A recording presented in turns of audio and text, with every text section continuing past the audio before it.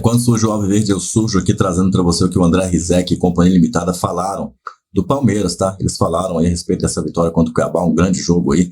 A imprensa do Brasil inteiro aí está falando muito das crises da academia, o pessoal comentando aí os grandes dribles do Luiz Guilherme, as arrancadas sem fim também do Estevão e, claro, a genialidade deles para conseguir concluir jogadas. Ontem, por exemplo, aquele pênalti sofrido de maneira incrível e a cobrança não poderia ser melhor, na verdade, não teria como ser melhor. Nem São Marcos pegaria aquele pênalti ali, dizem as más línguas. E você concorda com isso ou não?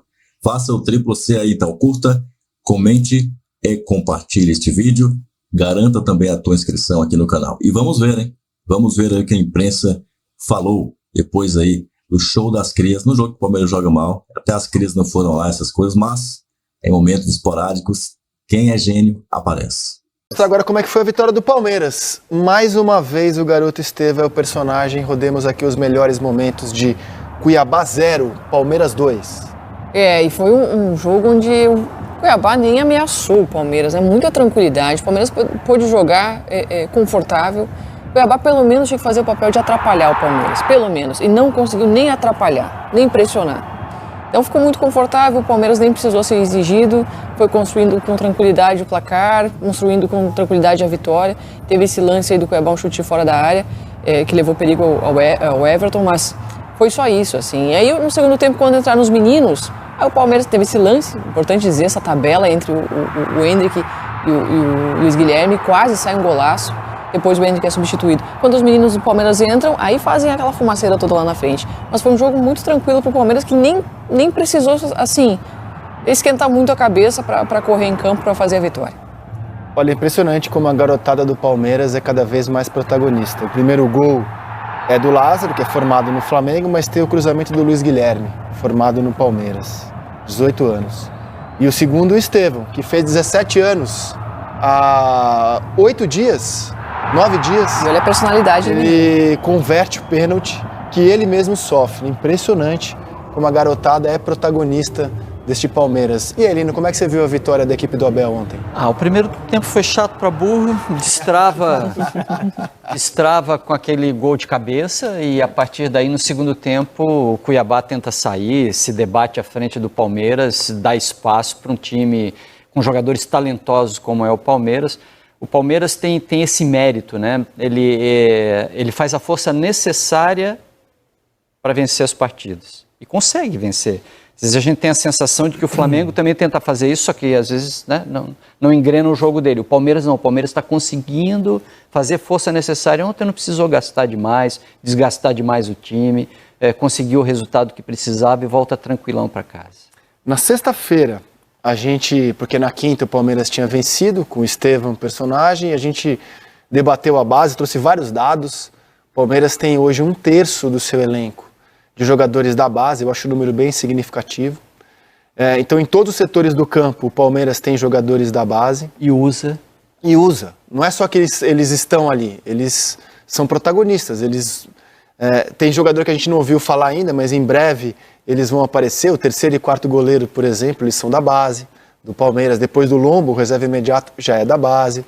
Eles têm um zagueiro, Vitor Reis, que é capitão das seleções de base. Muito bom zagueiro, eu faço base, muito bom zagueiro. E dizem que é jogador que vai seguir a linha aí de Real Madrid, grandes clubes da Europa. Jogou o Mundial agora, sub-17. Capitão da seleção, sub-17. Tem o Luigi também, um atacante. Tem o Thales, é um jogador um pouco mais, um 9, mas um pouco mais... Entre o 10 e o 9, ele é um 9,5. Em todos os setores, cara, você tem os laterais reservas. Vanderlan, que é muito bom. Vanderlan, Garcia, Naves, outros jogadores de defesa da base. No meio campo, Gabriel Menino, já super vitorioso, levantou um monte de troféu. Mas não jogou bem ontem, né? Não, só para dizer como o Palmeiras tem opções na base e como os atletas que entram têm feito muita diferença. Esse moleque aqui, o Estevão, que já é avaliado em mais de 300 milhões de reais, queria a sua análise técnica desse jogador. O ano passado... Ele fez 17 anos, dia 24, na quarta retrasada. 24/4, eu vi aqui mais cedo a data de aniversário dele. O ano passado, no Brasileiro Sub-17, a semifinal foi contra o Corinthians e a final contra o São Paulo. Ele já na semifinal, nos 2 jogos, ele acabou com o jogo. E esse jogo que a gente está vendo aí agora, que foi a final, contra o São Paulo, foi hat-trick, 3 gols dele. Quer dizer, que ele acabou com o jogo. Ele foi o dono do jogo. É um jogador, assim, que ele tem essa essência que... do nosso futebol, de ir pra cima, ele não é abusado na questão de faltar respeito, ele é objetivo. É claro que a vida, a instabilidade profissional pode, às vezes, fazer ele cair um pouco de rendimento, né? Mas assim, o que eu estou projetando já futuramente, porque daqui a pouco certamente ele vai estar no gigante europeu, é que ele não perca essa essência dele, que ele vai dentro, Rizek, do jogo, ele não tem medo, ele não sente. Nesse Mundial Sub-17, ele tinha 16 anos, ele era mais novo, ele era o mais novo do time. Ele ficou no banco no primeiro jogo e depois ele assumiu a titularidade, sendo protagonista. É um jogador assim, que não sente o peso do jogo. E isso me encanta porque ele tem 17 anos recém-feitos. É incrível a capacidade de drible, de tomada de decisão. Esse lance, olha lá, ele vai pra dentro, ele troca a passada, ele já tá olhando pro gol quando ele dribles objetivos, né? Exatamente. Dribles eu acho que mudam ele tá... o jogo. E esse pênalti, né, Jéssica? A qualidade, a precisão, a força que não ele tinha como cobra. buscar. O goleiro não tinha como jogador buscar. Que até na transmissão ontem, quando falou do gol dele, ele tinha recém-entrado, sofreu o pênalti e pediu para bater. O Eric falou também. Que personalidade desse garoto. E é um jogador, assim, jogadorzaço, que a gente tem uma joia que a gente precisa lapidar certinho para que ele possa futuramente desenvolver na nossa seleção. O Abel Ferreira está encantado com ele, né? E quando um treinador do tamanho do Abel Ferreira, que já revelou vários talentos, inclusive Endrick, fala que esse é um jogador... com o Endrick ele pedia calma. Exatamente. O Estevão, ele tá mais soltinho, né? Tá mais soltinho. Ele não mandou ele tá mais soltinho, não. Ele tá mais soltinho com o Estevão. Pedindo, por favor, fica no Palmeiras. De tamanho e talento desse jogador. Ele é um jogador fora de série. Ele é um daqueles jogadores que mudam o patamar de jogo, que viram partidas. O drible dele é objetivo, acho que isso é o principal. A gente vê muitos jogadores talentosos que têm o drible como uma das suas ferramentas. Mas ele dribla e vai pra dentro. Ele quebra a linha, ele quebra a defesa, ele quebra a linha de defesa. Isso muda o jogo. O treinador fica muito confortável, larga a bola no menino que ele vai resolver. Ele não sente, é isso que me encanta, ele não sente o jogo. Pode ser um jogo querendo ou não, mas é da categoria, mas é o Mundial Sub-17, ou contra o Cuiabá, ou contra o jogo que for, ele vai pegar a bola, ele vai tentar fazer o que ele faz, que é o drible. Vai pra dentro, veloz, muda de direção, quebra a linha, gera muita dúvida, desconfigura as linhas de marcações. Enfim, um jogador interessantíssimo que o Palmeiras está muito bem servido. O Abel, na semana passada, pediu que o clube o segure pelo menos até 2027, que a gente sabe que é irreal, porque se chegar uma proposta, alguém pagando a multa rescisória, não tem como.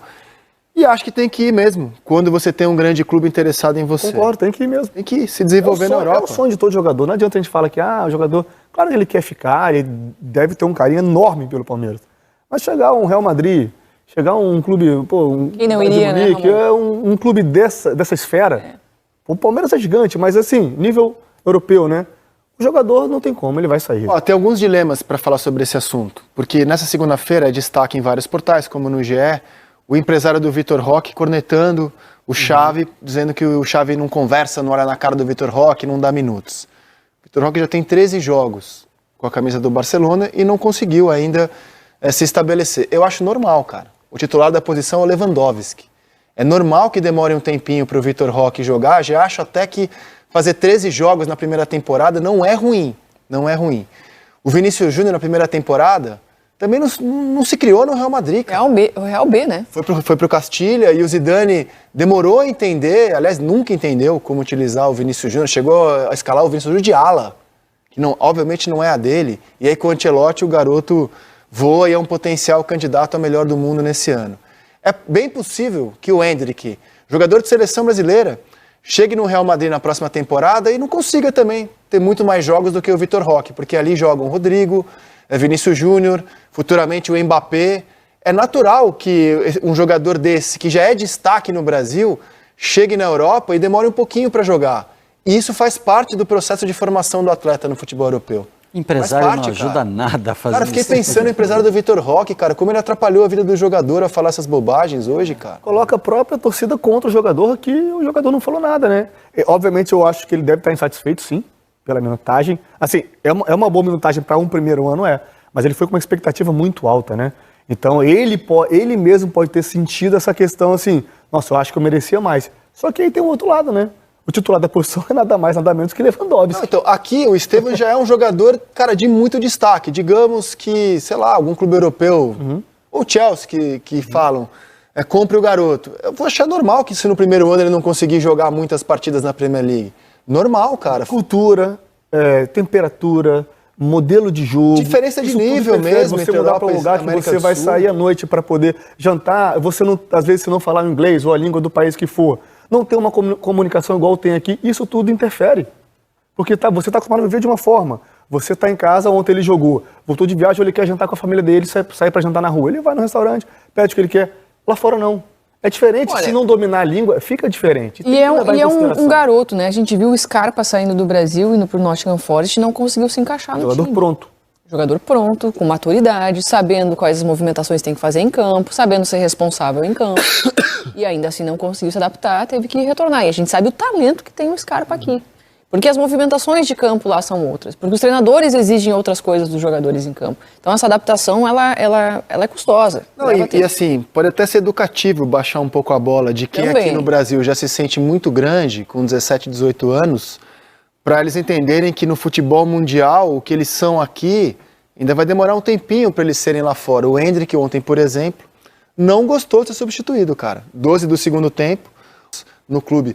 Os números do GPS mostraram que o atleta caiu, não tá jogando. Ele tira, ele não demora, ele vai lá e tira. Como ele tirou o Endrick ontem, o Endrick não gostou. E o Abel falou sobre isso na entrevista, bem light, com a joia palmeirense. Dá uma olhada.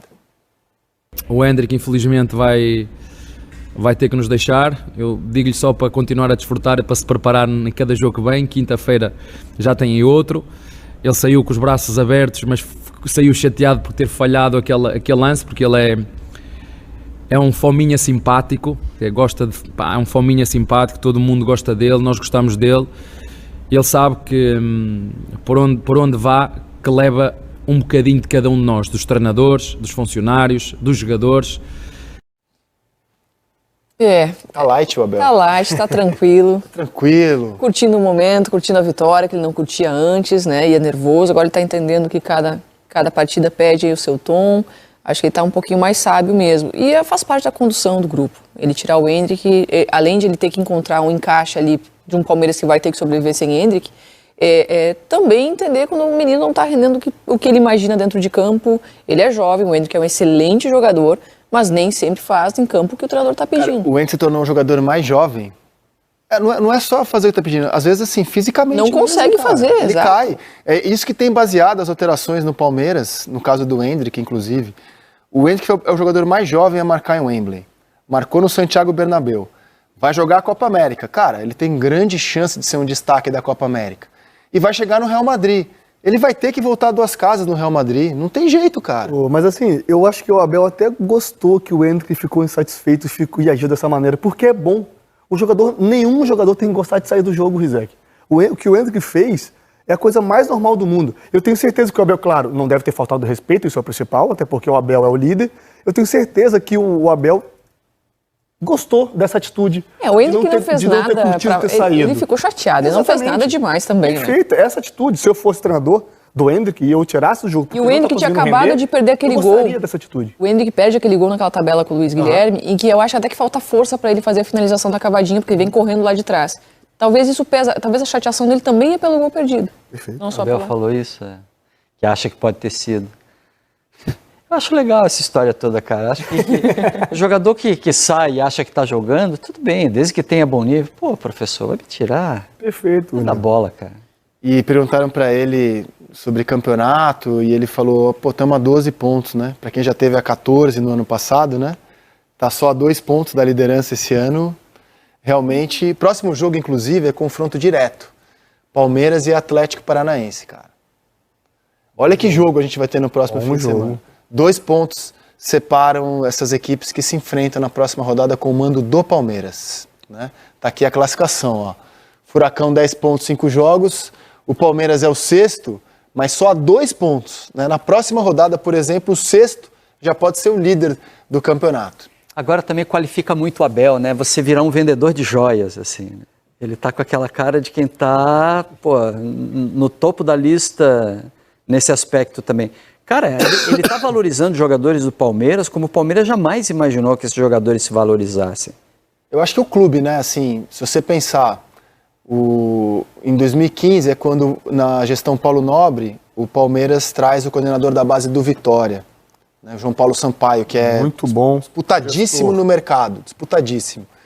E o Palmeiras que era um clube comprador, jamais revelador. Se você pensar, cita jogadores que o Palmeiras formava antes de 2016, quando aparece Gabriel Jesus, você vai ter muita dificuldade de achar. E aí o ex-presidente Paulo Nobre começa a investir nisso, traz o craque do mercado, do Vitória. Depois vem o Maurício Gagliotti, intensifica esse investimento na base e por necessidade financeira, a partir de 2020, é comunicado que a comissão técnica terá que utilizar mais jogadores formados em casa, que o Palmeiras já vinha formando. Vitão, que hoje está no Internacional, é formado pelo Palmeiras. Luan Cândido, do Bragantino, é formado pelo Palmeiras. O Palmeiras formava, mas não utilizava tanto assim. A partir de 2020, o clube se vê com necessidade de utilizar os jogadores que formam, para chegar no estágio que ele tem hoje, com 1/3 do elenco formado em casa. 1/3. Então o Palmeiras está, hoje em dia, ele forma, ele usa, ele vence e depois ele vende. Nenhum outro clube do Brasil tem tantos verbos assim. Forma, utiliza, vence e vende. O Flamengo revelou o Vinícius Júnior, o Santos revelou o Rodrigo, verdade. Mas eles não foram tão utilizados como o Endrick, como os demais jogadores, e venceram no clube como hoje o Palmeiras consegue fazer. É muito impressionante essa transformação do Palmeiras, cara. Você viu aí a imprensa se derretendo pelas crias da academia. Estão jogando muito, hein? Já tem até gente da Europa interessada em levar aí o Estevão para lá. Já estou vendo aí uns burburinhos aí do Chelsea chegando. O PSG também já começou a botar o binóculo, botar a lupinha para cá para o Brasil. Eu espero que eles fiquem quietinhos lá. Já levaram o Beraldo do São Paulo. Fiquem com ele aí, fiquem com quem já está. Tá bom demais. Vocês são o melhor futebol do mundo. Não precisa olhar no Brasil. O Brasil não a gente não, é só ralé, então não tem que olhar aqui. Preocupe com os seus aí, que tá bom demais. Esqueçam que existe Palmeiras aqui no Brasil. No Mundial, inclusive, esqueçam também. Porque daqui a pouquinho, no ano que vem, aí sim vocês vão conhecer o Palmeiras, tá? Aí vocês vão ver quem é o Palmeiras. Como a Juventus viu lá em 1951, tá? Para os haters de plantão me assistindo, a Juventus, lá em 51, conheceu o Palmeiras. Se vocês forem lá a Turim perguntar quem é o primeiro campeão mundial, eles vão abaixar a cabeça e falar o maior do Brasil. Pronto. Faça o triplo C, curta, comente, compartilhe. Te vejo então aí no próximo vídeo e avante palestra.